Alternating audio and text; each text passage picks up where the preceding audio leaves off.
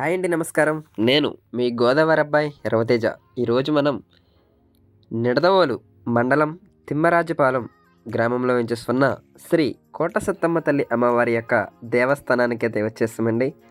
Video మొదటిసారి చూస్తున్న వాళ్ళు లైక్ చేయండి, షేర్ చేయండి, సబ్స్క్రైబ్ చేసుకోండి. ఈ యొక్క గోదావరి అబ్బాయి రవితేజ అనే యూట్యూబ్ ఛానల్ని సపోర్ట్ చేయండి. అమ్మవారి యొక్క చరిత్ర గురించి తెలుసుకుందాం. 13వ శతాబ్దంలో రాణి రుద్రమాదేవి భార్య వీరభద్ర చాళుక్యరాజు నేర్వజ్ఞపురం నిడదవోలు రాజధానిగా చేసుకుని పశ్చిమ గోదావరి జిల్లాలో కొంత భాగాన్ని పాలించాడంటండి.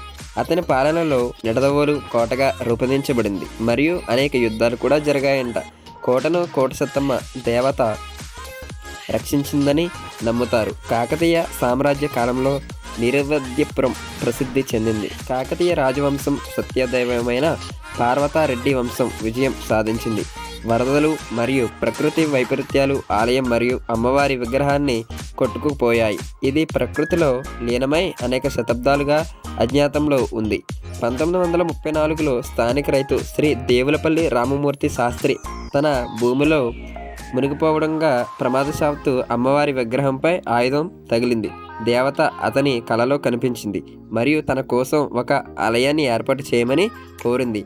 ఓ శాస్త్రి ఇతర రైతుల సహాయంతో ఆలయాన్ని నిర్మించారంటండి మరియు దాని చుట్టూ కాంపౌండ్ గోడలు ఉన్నాయి. ఆలయం యాదవులచే నిర్వహించబడింది.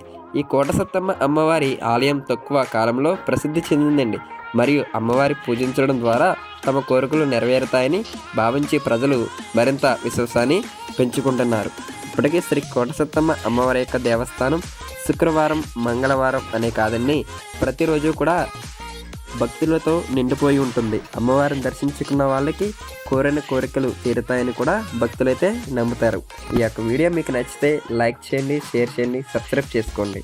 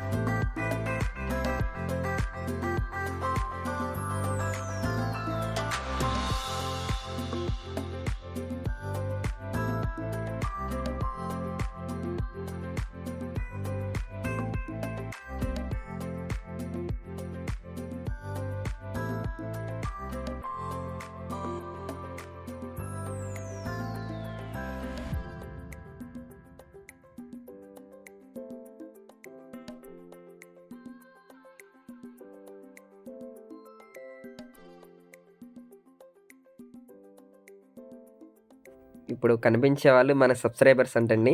చూపించమన్నారు. సరే వీడియోలో కనిపిస్తారని సరే చూపించాను. ఈ యొక్క వీడియో మీకు నచ్చితే లైక్ చేయండి, షేర్ చేయండి, సబ్స్క్రైబ్ చేసుకోండి. మరొక్క వీడియోలో మళ్ళీ కలుద్దాం. అప్పటి వరకు ఈ యొక్క గోదావరి అబ్బాయి రవితేజని సపోర్ట్ చేయండి. ధన్యవాదములు.